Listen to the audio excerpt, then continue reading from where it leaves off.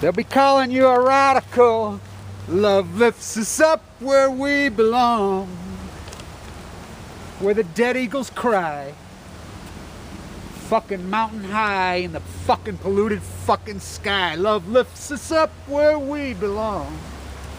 I want to talk about the colonialist fucking rats. I used to like Mark Anderson. I want to talk about Valentine's Day, the Valentine's Day massacre. Yeah, go buck and buy your sweetheart. Diamonds are forever, diamonds are forever. De Beers. Who's Cecil Rhoade? We love Cecil Rhoade. Bill Walmart, Rhodesia. Fucking scholar, Rhodes Scholar in economics. Fucking Rosemary's Baby. I mean Rockefeller's baby. I want to talk about the industrialized fucking rats. The new fucking diamonds are forever. Diamonds are forever. No, fucking nuclearism is forever. So now they're trying to move into Africa. I want to say this to my friends in India.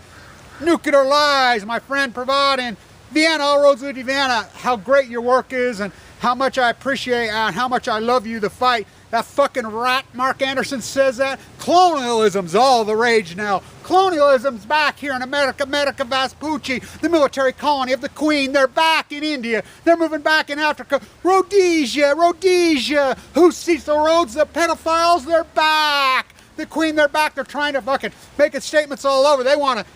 There's no nuclear in Africa except for one reactor in 1984. Freaking, don't let me down, Bruce. Come on, 1980, they're going to retire Bruce's number here tonight. Don't let me down, Bruce. Oh, fuck you, let me down, Bruce. Come on. Fucking, yeah, it's all the rage. Nuclearism. Fucking Mark Anderson makes this quote. Are you for real? Do you want to kind of fucking slur that in? I want people to understand the fight that's going on in India. The best anti-nuclear activists in the world. I mean, there's a full blown up fucking war. Oh, they fucking fight back. Taiwan. Oh, they fight back. South Korea. Oh, they fight back. China. Oh, they're fighting back. Fucking all over the world we're fucking fighting back. Not us here. Fucking America, America Vespucci. You need to speak American. Fucking Italiano. Fucking Spanish. You sure didn't speak the Queen's English. You all speak the Queen's English. I want to talk because I don't talk enough about this. And I'm going to read this poem I wrote. It was very emotional. 3 years ago today, I was at San Onofre. I did an interview with PBS. PBS was following me around. Of course, I've been interviewed by everybody there. They always back out for me. And it's not the people that interview me. It's not the, it's their fucking producer. When the producer, because they're advertisers, who knows more about this than Helen Caldicott? Helen Caldicott told me, Kevin, when it comes to Fukushima, everybody just completely shuts down and they back out. That's why none of my stuff airs. And I know that. And I want the hard subject matter. Look, I don't talk, it's very emotional subject matter, and I don't talk about it enough. That my family, I got AML leukemia. My story needs to be told. I'm in the 1% study. I got sick in McQuack-D. I got miracle after miracle. I stood up and I fought back. All the doctors, I went in there, I just got a stomach ache on October 13th, 2011. It's going to give you leukemia. It was brutal, it was nasty. I went in, the doctor sent me home, then they finally CAT scanned me. I was plumb full of tumors on a Friday night right here at McQuack-D. The fucking evil mass murdering fuckers. CAT scanned me, took me up the room. First doctor in says, you got all the fucking symptoms, tumors. And I said, don't lie to me. He says, you're probably going to be dead by Christmas. Next doctor come in, told me this. I was in this real fucked up state. Doctor after doctor. I didn't believe him. I fought back. It was horrible. I was in incredible excruciating pain. So finally, I got a miracle. They were ready to gut me, and I refused the surgery. I got in to see Vincent Hansen because of my and thank God for him. And he bone marrow biopsied. And I don't know if any of you know what a bone marrow biopsy, but I had a lot of them. They're brutal. He's like, oh my God, And then the next day he calls, you're headed to the acute bone marrow transplant center at LDS. The secretary says, just go check. I just on 11/11/11. Okay. I had so pain. It's so sick. They threw me in there. You go in there, central line in your jugular, stand in your fucking spine, up in your brain. I mean, you don't even know what the fuck hit you. Which I was in so much fucking pain. I was just, Dr. Huntsman, those pieces of shit fucking betrayed me. The luxury good of death. It was horrible. I saw the worst of the fucking worst. So I'm in there with all my brothers and sisters. They try to keep us separated. So it was 3 years ago today. I had just barely gotten out. They didn't let me travel. And I had made that trip to New York because I wanted to go see my friends in New York. And the hospital actually paid for it. And you know, the foundation, bought my plane ticket. And I really broke down and cried that fucking day. I mean, it was so emotional. And that's the day that Aaron Swartz died. It was the day my father died. I think there was just so many energies, and people pull back from me and they says, you know, how did you survive? I'm in the 1% study. Well, I was till I told them to fuck off. You know, the survival rate of what I have and the type of thing, fucking AML de novo, people just, you know, I remember Vincent when he called me back and he was choking up. He said, Kevin, I would normally send some people home to die. I've known you since you were a little boy. You know, this is a brutal, nasty cancer in you, but I have great hope for you. He says, if anybody can freaking come out of this, I have hope that you can be cured. He says, I believe in you. You know, he sent me down there in that dangerous philosophy. So I got to know everybody in our family. A lot of people know that have watched this blog all the way along. You know, I should have never lived. I mean, it was miracle after miracle. You know, Paul, one of my lifelong best friends, as you know, he was in this site all the time. He fought it with me. So 3 years ago, I'm doing that interview, and I want to read this poem. And I told Ace, I told Gene, I told Kathy, I told them all, and they all pulled back from me. I don't give a fuck. I told them all, everybody right there, because I could feel that energy in that church in San Clemente. You know, Joni Ray and I snuck into fucking San Onofre, and we videotaped the solar panels on the line. Even they don't believe in, you know, the fake union workers, and we had the house so fucking packed, and they were laying for me. And it was my people, it was my crowd for the most part. They were there. I mean, they're watching my videos, they come in, I mean, we fucking packed that fucking house. They kicked me out before I even spoke, you know, and so I told all of them, the whole crowd of them, I call it a song to end all songs. I says, they're done. What do you mean you're done? I said, San Onofre will never fucking reopen. Never reopen. But nobody believed that. The hardcore, the car, Ace, Gene, which they're fabulous, great, Donna, all, and they're like, fuck, you're full of it, Kevin. I said, no, no, no. How do you know? And I says, because when I was inside there, and I'll tell you right here, I'll read this poem that I wrote this morning. 3 years ago today, I was at San Onofre, was kicked out of the hearing. We had 1,200 people in San Clemente. I told everyone and did several interviews and said, we just hit midway. The nuclear cartel will lose. San Onofre will never reopen. The rest will follow.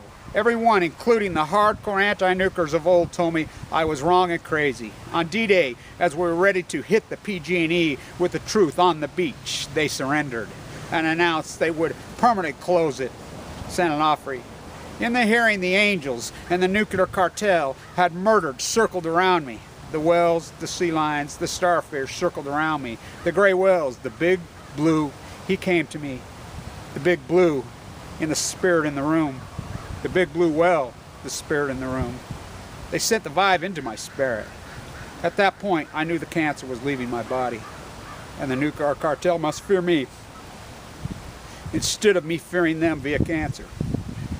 That moment in time in the church in San Clemente with 1,200 radicals, I knew the greatest fight would be my path for life. I knew we would win. I knew the blue whale in the room. He told me so. Kevin E. Blanch, the greatest fight for the sea. See Kevin fight for the sea. See her fight for me and my family. The starfish, the sea lions, the seals, the trees. You, me. Someday you will fucking see. S-E-A. I remember that day. I told Joni Ray down there. I told everybody. I says, they're done. How do you know? I says, I never had it, that pot. So in the 1% study there, why would you survive and everybody else has died, whatever? I don't know, but so they quiz us, they want answers, and I try to give them answers because I want people to survive. So I call it that spot. You know, I call it the light. A lot of cancer psychologists call it erotica. You know, and so they ask me all the time, and I say 2 words, walking and music. You know, music, I don't have a TV, you know, I sing. They'd say I was quarantined in there, the doctors, you know, because I was quarantined in there for fucking months, you know, off and on. They says, we can hear you singing, clear down, that's all we hear is your radio, we hear you singing in there. You know, Paul died. So I get back from San Onofre.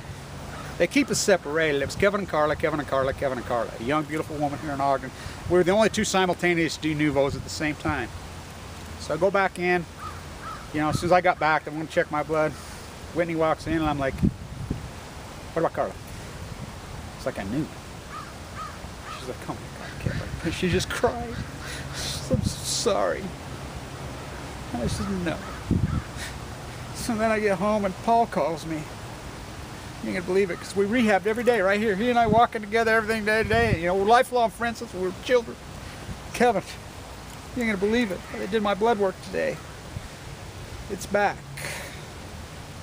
No. So healthy. So I sat with him as he was dying. Talked to him. He had to keep me calm down. So I asked, you know, doctors, they say, well, we need to keep you separated, Kevin. Everybody says, why do you? No, I want all this emotion. I want all this ugliness in me. I want all to pour out through me. I ask every one of them, what do you want me to do for you? You know, I want to live your life, not just mine. I want to live, and I understand. It took me a long time, but through watching so many pass, I learned that this takes the good. I wasn't good enough. It wasn't my time yet. My work. So I made deals in that hospital. You know, when they're telling you you're going to die, going in and out of a coma. I went without food and water for a long. I lived on the bag as long as they could keep me on. 4 boosts a day, just puking them up. I didn't have a bowel movement for weeks. They're using everything on me. It almost ruptured my bowel. The tumors had wrapped around my lower colon. I found a YouTube video. The Silverman, the pathologist, argued with me. Says, I've never got one wrong. Vincent Hansen overrode him. Arguments. He had it wrong. He dipped it. I found a YouTube video with 14 views. And this YouTube video, and I dug in, and I refused their diagnosis. I'm like, no. You know, this went on. I went from 170 to 130, improperly diagnosed. By the time I got there, I was a red tent shriveled up to fucking nothing. I mean, they did everything to fucking kill me. Ogden Regional, McQuack-D, that fucking horrible nightmare rat fucking creeps. That emergency, those fucking creeps. You know, and so, Huntsman, the fucking luxury good of death. You know, and so I argued, and I found that YouTube video, and this pathologist for students says, when you get the slicing out of the tumors out of the lower right mesentery, they should never biopsied it the way they did. The slicing is so difficult, for some reason it likes to show in the lower right mesentery of men. And he says, I believe they get it wrong more than they get it right. That's when my light went on right then. That place, that spot. So if you want to understand, you know, I'm a giant music fan. Giant.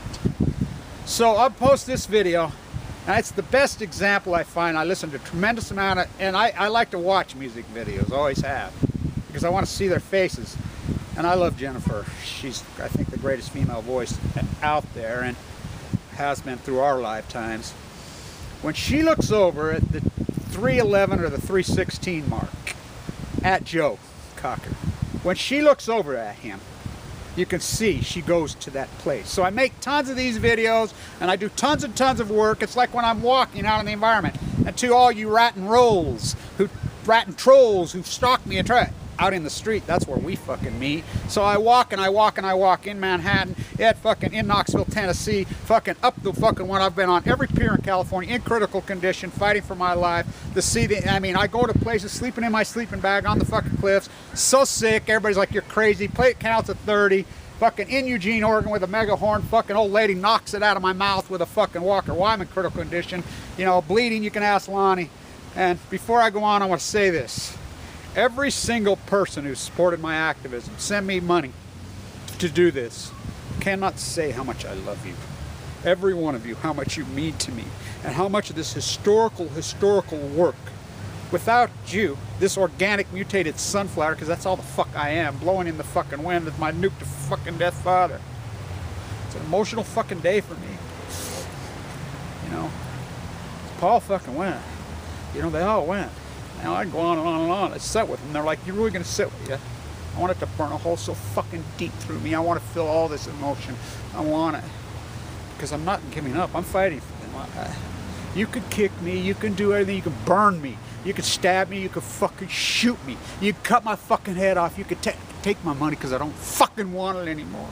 You know, I don't want anything anymore. I want to fight these motherfuckers. You can do it. I'm not giving up. I fucking refuse to fucking yield. I refuse. And I'm going to fight these fuckers. And I said, we hit midway. I did that PBS and I told all of them, they're fucking done. The nuclear cartel, no longer do I fear cancer anymore. No longer do I fear them anymore because I was so afraid.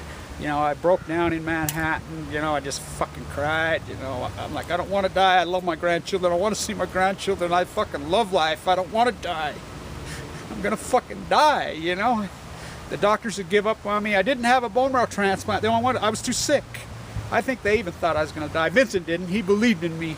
I had a Danish philosophy dream. Fuck this story and my fight in this fucking path. You know, my friend who does a lot of work with me, the ex-professor here, he's like, your story needs to be told. Somebody needs to die. He says it's incredible. So in the 1% study, I always say walking and talking. But I do all these videos, and when I'm walking up to one, you'll be walking California, wherever, you know, wherever I am, and then for days, if not fucking hours, if not weeks, then all of a sudden, boom, there it is. There's a fucking pot of fucking, at Point Riz, there's a pot of humpbacks. There's a baby elephant. There's a fucking, I mean, just boom. Go down the bottom, trail of rugged cliffs, and then you're like, that spot where your mind goes somewhere, you don't even know where the fuck it's at. Cancer psychologists call it erotica. And you go there and you're like, like when I was a little boy, we'd fucking drive down to see my fucking dying, nuked father in the fucking hospital, and I'd start to, I was autistic, I was mutated from birth. My twin sister would say, Mom, Grandma, Grandpa, why are you stopping? No. And she would tickle my hand and say, no, he can smell the ocean. He can smell the ocean. That place. That fucking place. That fucking place. Love lift us up where we belong. Where the dead eagles fucking fly. In the mountain fucking polluted fucking sky. Love lifts us up where we belong. Right there. That fucking place. That fucking spot. I will not fucking ever stop this fucking fight. Ever. I hate these motherfuckers with a deep-rooted passion. And you got to learn to love your enemies. That's why they took Paul. Paul knew how to love his enemies. Carlin knew how to love his enemies. I haven't got there yet. I got fucking a long ways to go. I'm not good enough, and they don't fucking lose. No, they win. We fucking lose. Am I the fucking loser on this? Oh, fuck yeah. Until I fucking get clean enough, and I get pure enough, and my fucking spirit can fucking go with the angels, and those fucking animals can surround me, and that big fucking blue elephant in the fucking wheel, like it was in that church at San Onofre that fucking day. 1,200 radicals. I didn't have to speak. You can listen to it. The tape's out there. They kicked me out, my army. My fucking radicals, oh, they spoke for me. They got up and just grilled them, fucking everyone. They caught that fucking pg&e, that fucking NRC fucking group of rats off fucking guard because they thought they were just going to pick the house with fake fucking union workers who aren't where you're youngers and just fucking get us again like they always do. And same old hearings with that fucking 12 activists. Me, Ace, Gene, Donna, and the fucking same handful that always shows up. Oh, fuck no. You know, it's like at Diablo, me and Jane from Mothers of Peace. Just us, you know, so... Oh no, we hit him right between the fucking eyes. And right then I knew, because those fucking angels, all those fucking animals, all those people, my family, I fight for her, she fights for me. All of us.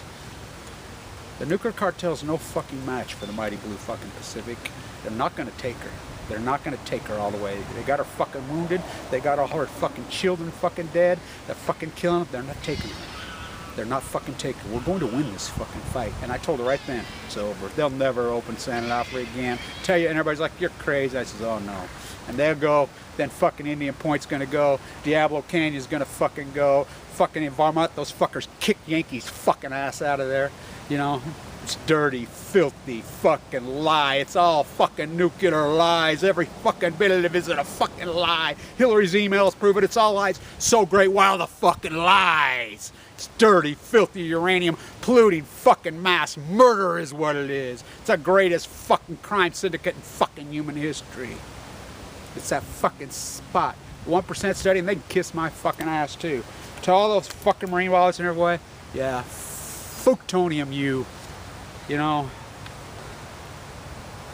love lifts us up where we belong, where the dead eagles fucking used to fly, the fucking mountain fucking dirty polluted fucking sky. Stay untuned. Fight on.